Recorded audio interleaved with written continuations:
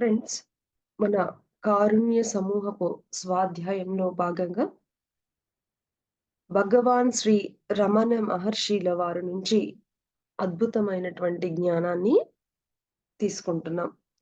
మరి అందులో భాగంగా ఈరోజు రమణ మహర్షుల వారి యొక్క భక్తుల ప్రశ్నలు, సమాధానాలు కొన్నింటిని చూద్దాం మై డియర్ ఫ్రెండ్స్.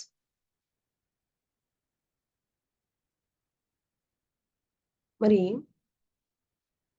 ప్రస్తుతము సమాజంలో వేరు వేరు ఆచార్యులు, వేరు వేరు సాంప్రదాయాలు, మరి వేరు వేరు అనేక సత్యాలను ప్రచారం చేస్తూ ఉన్నారు కదా! ఇది ప్రజలలో గందరగోళానికి దారి తీయదా అని అడిగిన ఒక చక్కటి ప్రశ్నకి రమణ మహర్షుల వారి యొక్క సమాధానం చూద్దాం. సత్యము ఎప్పుడు ఒకటే కానీ వేరు వేరు గురువులు దానిని వేరు వేరు దృష్టికోణాల నుంచి బోధించారు. విభిన్న ప్రకృతులను కలిగి ఉన్న వేర్వేరు మనస్సుల యొక్క అవసరాలను తీర్చడానికి ఇటువంటి భిన్నత్వాలు కలిగి ఉన్న బోధనలు అవసరమే. అవి అన్నీ కూడా ఆవిష్కరింపజేసేది ఒకటే సత్యాన్ని. కనుక ఇందులో గందరగోళానికి ఏమీ తావులేదని ఎంత అద్భుతంగానో మన సమాధానమిచ్చారు. సత్యం అనేది ఎప్పుడూ ఒక్కటే. మరి ఏ విధంగా అయితే మనుషులు వారి వారి యొక్క అర్థం చేసుకునే స్థాయిలను బట్టి గురువులు కూడా ఎవరి కోణంలో వారు బోధిస్తూ ఉంటారు. కానీ సత్యం మాత్రం ఒక్కటే అని ఎంతో అద్భుతంగా మరి చక్కటి సమాధానమిచ్చారు. అలాగే అయితే ఇన్ని వేరు వేరు మార్గాలలో ఉన్నాయి కదా! మరి నేను ఏ మార్గాన్ని అనుసరించాలి అని అడిగినప్పుడు రమణ మహర్షుల వారు, మీరు మాట్లాడుతున్న దాన్ని బట్టి మీరు ఎక్కడో ఉన్నట్లు, మీ ఆత్మ ఇంకెక్కడో ఉన్నట్లు, మరి మీరు అక్కడికి చేరవలసి ఉన్నట్లు మీరు అనుకుంటున్నారని నాకు అనిపిస్తుంది.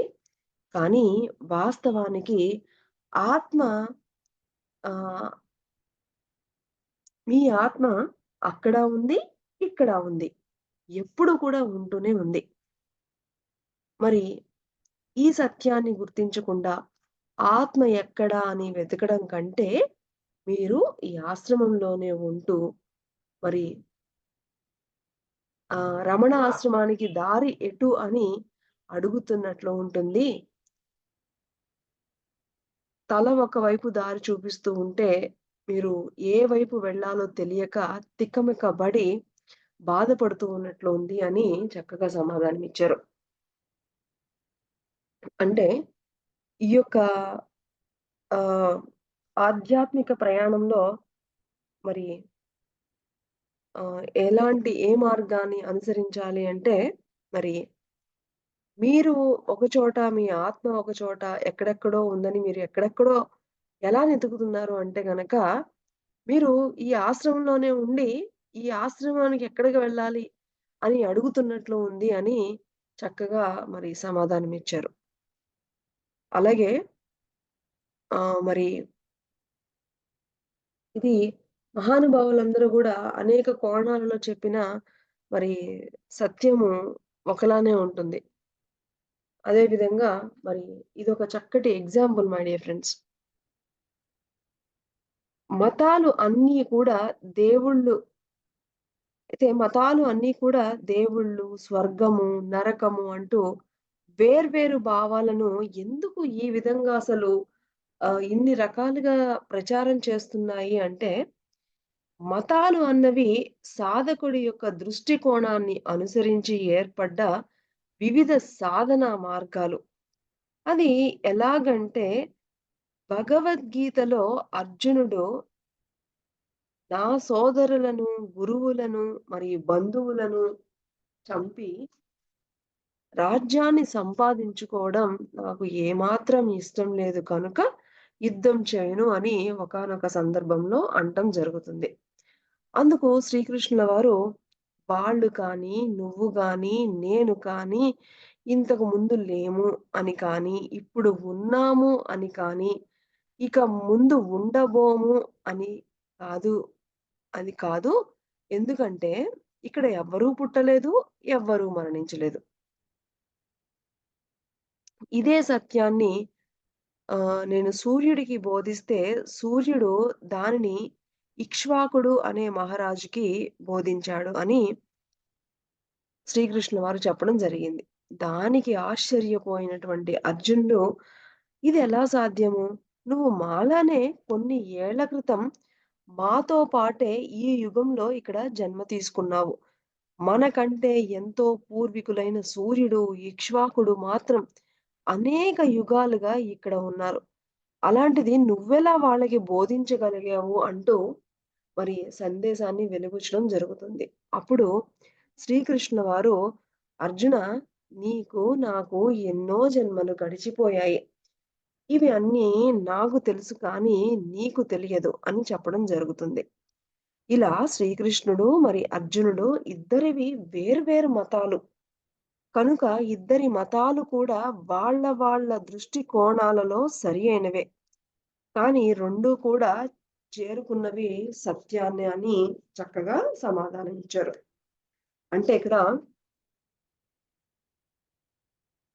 అంటే ఈ భక్తులు అడిగిన ప్రశ్నలకి మరి ఈ స్వర్గం అంటారు, నరకం అంటారు. మరి ఆహ్, ఇలాగ ఎందుకు ఇన్ని రకాలుగా ఈ విధంగా ప్రచారం చేస్తున్నారు అంటే, దానికి ఎగ్జాంపుల్‌గా మరి మహాభారతంలోని కృష్ణ, అర్జునుల మధ్య జరిగిన సంభాషణ చెప్తూ మరి శ్రీకృష్ణుల వారు మరి ఆయనకి గత జన్మలన్నీ గూడా అన్నీ గూడా ఆయన మహానుభావులు కాబట్టి, ఆయనకన్నీ గూడా గుర్తుండి, అందరి గురించి, గతం గురించి, వర్తమానం గురించి, భవిష్యత్తు గురించి అన్నీ చెప్పేస్తూ ఉంటారు. మరి సూర్యుడు ఇక్ష్వాకుడికి ఏ విధంగా ఈ యొక్క జ్ఞానం నేర్పించారు అంటే, మరి అర్జున్‌కి డౌట్ వచ్చింది మరి. మరి ఎలాగా మాకంటే ముందుగా మనకంటే ఎంతో పూర్వీకులైన వారి గురి వారికి ఎలాగా బోధించగలిగినప్పుడు బోధించగలిగారు అని సమాధానానికే అర్జున, నువ్వు అనేక జన్మలు తీసుకున్నావు. నాకు గుర్తున్నాయి. నీకు గుర్తులేదు అని చెప్తూ ఈ యొక్క సందర్భాన్ని తీసుకుంటూ ఇక్కడ కృష్ణుడు చెప్పింది కరెక్టే. అలాగే అర్జునుడు తనకున్న స్థితిని బట్టి తన గత జన్మల యొక్క సంస్కారాలేమి తనకి గుర్తు లేక గత జన్మల యొక్క ఏమీ లేక, ఇదే జన్మ అనుకుని మరి ప్రశ్నించడం కూడా అది అర్జునుల వారి యొక్క స్థితి. అదే విధంగా ఇన్ని రకాలు, ఇన్ని మతాలు, ఇన్ని మార్గాలు ఉన్నా కూడా మరి అనేక, అనేక స్థితులలో ఉన్నటువంటి వారికి అనేక కోణాలలో, అనేక రకాల నుంచి, అనేక రూపాల్లో ఈ యొక్క జ్ఞానం ఇవ్వడం జరుగుతుంది. కాబట్టి ఇది ఏది రాంగ్ కాదు. అన్నీ గూడా సత్యాలే అని మరి ఇక్కడ చక్కగా సమాధానం ఇచ్చారు రమణుల వారు.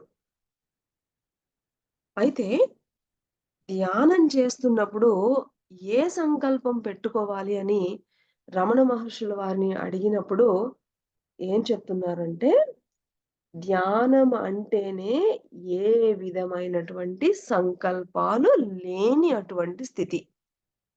మరి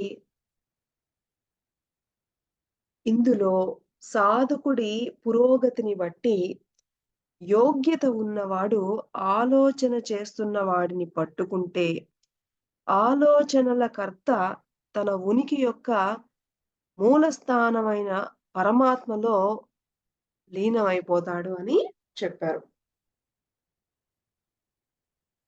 అంటే సాధకుడి యొక్క ఆ యొక్క సాధనలో ఉన్నటువంటి ఆ యొక్క పురోగతిని ఆ యొక్క స్థితిని బట్టి మరి ఎప్పుడైతే ఈ ఆలోచనలు ఎక్కడి నుంచైతే వస్తున్నాయో దాన్ని పట్టుకుంటే గనక అదే మూలస్థానము అని ఆహ్, అసలు ఇయన్నీ ఎక్కడి నుంచి వస్తున్నాయి? ఆ యొక్క సాధనా స్థితిలో అది గనక తెలుసుకోగలిగితే గనక ఇక అప్పుడు పరమాత్మలో లీనమైపోయినట్లే అని చెప్తున్నారు. మరియు ఆత్మ సాక్షాత్కారాన్ని పొందాలంటే అసలు సన్యాసం స్వీకరించాలా అని అడిగినప్పుడు రమణ మహర్షుల వారు చెప్తున్నారు. సన్యాసం అంటే నేను, నాది అన్న వ్యక్తిగత భావనలను పూర్తిగా విడిచివేయడం. చూసారా?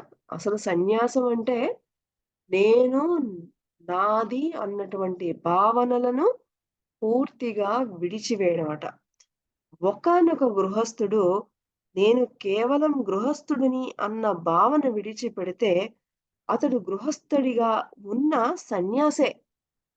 అలాగే ఒకానొక సన్యాసి కాషాయాలు ద కాషాయాంబరాలు ధరించి నేను సన్యాసిని అని చెప్పుకుంటూ ఎంతైతే ఆడంబరంగా ఎప్పుడైతే తిరుగుతూ ఉంటారో అతడు ఎన్నటికీ కూడా సన్యాసి కాలేడు. కాబట్టి జీవితంలో ప్రతి క్షణము నిస్సంగత్వ భావంతో ఉంటూ పనులు చక్కబెట్టుకోవాలి. ఇదే నిజమైన సన్యాసం అని చక్కగా చెప్పడం జరిగింది. ఫ్రెండ్స్, చూసారా ఎంత అద్భుతంగా చెప్పారో మరి. మన యొక్క వేష భాషలను బట్టి ఉండదు. మనము మన ఇంటిలోనే ఉంటూ మన పనులన్నీ ఆచరిస్తూ నేను, నాది అన్నటువంటి భావనలు విడిచి మరి ఉన్ ఉన్నా కూడా సన్యాసే. అలాగే సన్యాసి అని చెప్పుకుంటూ కాషాయ అంబరాలన్నీ ధరించి, పేరు ప్రఖ్యాతుల కోసం ఇంకా ఆ పాకులాడుతూ ఆడంబరంగా ఉంటే, ఆ సన్యాసి ఎప్పటికీ గూడా అసలు సన్యాసే కాడు అని ఒక చక్కటి సమాధానం ఇచ్చారు. కదా! ఎంత అద్భుతంగా ఉంది మరి. మనం అనుకుంటూ ఉంటాం. అన్నీ ఇల్లు, పిల్లలు మరి అలాగే అన్నీ డ్రెస్సింగ్ అంతా మార్చేసి, గడ్డాలు పెంచేసి, ఇవన్నీ చేసేస్తే సన్యాసి అని అనుకుంటే అది మన యొక్క అజ్ఞానము. వారి యొక్క మనం వేష భాషలు, వారి యొక్క తీరు ఎలా ఉన్నా, వారి యొక్క భావనలు ఏ విధంగా ఉన్నాయి అన్న దాని మీదే వారు సన్యాస, గృహస్థుడా అన్న విషయాన్ని ఇక్కడ చక్కగా తెలుసుకోవచ్చు. హ్మ్. ఇక ఆత్మనిష్ట అంటే ఏమిటి? అంటే రమణ మహర్షుల వారు చెప్తున్నారు. నేను ఆత్మను అని ప్రతి క్షణము ఎరుకలో ఉంచుకొని జీవించడమే ఆత్మనిష్ట. ఎంత అద్భుతంగా ఉంది మై డియర్ ఫ్రెండ్స్. మరి ఎప్పుడు కూడా నేను ఆత్మ అన్నటువంటి భావనతో ఉంటే అదే ఆత్మనిష్ట. శరీరము ఏం పని చేస్తున్నా సరే, ఆత్మ మాత్రము స్వీయ ఎరుకలో ఉండడమే ఆత్మనిష్ట. అంటే ఎక్కడైతే ఎరుకతో ఉండి, మనము ఆత్మ స్వరూపులము అన్న విషయాన్ని ఎప్పుడూ కూడా ఎరుకలో ఉంచుకోగలగడమే ఆత్మనిష్ట. తన వాస్తవ వ్యక్తిత్వ నిష్ట ఉన్న ఒకానొక నటుడికి రంగస్థలంపై తన పాత్రను పోషించడం ఎంత సులువు అవుతుందో, నేను ఆత్మను అన్న ఆత్మనిష్టను ఉన్న శరీరధారికి కూడా ఈ ప్రపంచంలో శారీరక కర్మలను సమర్థవంతంగా పోషించడము అంత సులువు అవుతుందట. ఎంత చక్కటి ఉదాహరణ మై డియర్ ఫ్రెండ్స్. ఒకానొక నటుడికి మరి తను ఆ పాత్రను పోషించేటప్పుడు మరి తను నేను ఇప్పుడు కేవలం నటిస్తున్నాను అనేటువంటి ఆహ్, ఎరుకతో మరి అది పోషించడం ఎంత సులువు అవుతుందోనట. అలాగే ఎప్పుడూ కూడా నేను ఆత్మను అన్న ఎరుక కలిగి ఈ యొక్క కర్మలను ఆహ్, పోషించడం కూడా అంత ఈజీ అవుతుంది అని చక్కగా సమాధానం ఇచ్చారు. అసలు ఆత్మ సాక్షాత్కారం వల్ల మరి ప్రయోజనం ఏమిటి అని అడిగినప్పుడు మహర్షుల వారు చెప్తున్నారు. ఇక ఆత్మ సాక్షాత్కారం పొందిన తర్వాత ఇక అసంతృప్తి అనేది ఉండదట. ఎంత అద్భుతంగా ఉంది ఇంకా ఇది పొందలేదు, అది పొందలేదు అన్న అసలు అసంతృప్తే అనేదే ఉండదట. హ్మ్. మనము భగవద్గీతలో కూడా మన శ్రీకృష్ణ వారు ఫైనల్‌గా చెప్పింది అదే. మరి ఏ విధంగా అయితే ఒక చేప అనేక మురుకు కాలువల నుంచి, నది నుంచి సముద్రం చేరిన తర్వాత ఇక ఎక్కడికి వెళ్ళాలని అనుకోదో, ఇలాగా ఒకసారి ఆత్మ సాక్షాత్కారం పొందిన తరువాత అసలు పూర్తి తృప్తి కలుగుతుందట. అసంతృప్తి అంతా కూడా అంతమైపోతుందట. ధ్యానం ద్వారా గురువుల మార్గదర్శకత్వం లభిస్తుందా అని అడిగినప్పుడు చెప్తున్నారు. ధ్యానం అన్నది గురువు బాహ్యంగా ఉన్నాడు అన్న భ్రమను తొలగించి, గురువు బాహ్యంగా ఎక్కడో లేడు. మీ లోపలే ఉన్నాడు అన్న సత్యాన్ని తెలియజేస్తుందట. చూసారా ఎంత అద్భుతంగా చెప్తున్నారు. మరి ధ్యానం చేస్తే ఇక అక్కడ, ఇక్కడ ఎవ్వరి గురించి గూడా వెతకక్కర్లా. ఎక్కడా కూడా పాకులాడక్కర్లా. అంతా మీ లోపలే ఉంది. మీ లోపల నుంచే అన్ని సమాధానాలు వస్తాయి అని, అని తెలుసుకుంటారు అని చెప్తున్నారు. ఎప్పుడైతే నేను శరీరాన్ని అని అనుకుంటూ ఉన్నంత కాలము మరి గురువు యొక్క అవసరం అనేది ఉంటుంది. శరీరంలో మరి ఎప్పుడైతే ఆ శరీరం మీద ఉన్నటువంటి ఆ తాదాత్మ్యత ఎప్పుడైతే తొలగిపోయినటువంటి మరుక్షణము, గురువు నా ఆత్మ కంటే భిన్నం కాదు. నా లోపల ఉన్నటువంటి ఆత్మే నా గురువు అన్న సత్యము తేటతెల్లమవుతుంది. మరి అలాగే ఆత్మ సాక్షాత్కారము పొందిన వ్యక్తి మరి అందరిలో తిరుగుతూ, మాట్లాడుతూ, పనులు చేసుకుంటూ ఉండవచ్చా అని అడిగితే, అది మీ ఉద్దేశ్యం. ఆత్మ సాక్షాత్కారము పొందిన వ్యక్తి రాయిలాగా జడత్వంలో నిండి ఉంటాడనా? అని అంటూ, మరి ఆ సర్వోన్నత స్థితి అంటే ఇంద్రి ఇంద్రియాలని విరమించుకొని ఉండడం కాదా అని అడిగినప్పుడు, అది గాఢ నిద్ర కంటే భిన్నంగా ఎలా ఉంటుంది? ఆత్మ సాక్షాత్కారం పొందిన జ్ఞానులు సదా ప్రకాశించే పరమాత్మ స్థితిలో ఉంటూ, తాము చేపట్టిన వ్యవహారాలలో ఇంకా చురుకుగా ఉంటారు అని చెప్తున్నారు. ఇంకా ఆత్మ అనుభవం వల్ల ఇతరులకు మేలేమైనా జరుగుతుందా అని ప్రశ్నిస్తే తప్పక కలుగుతుంది.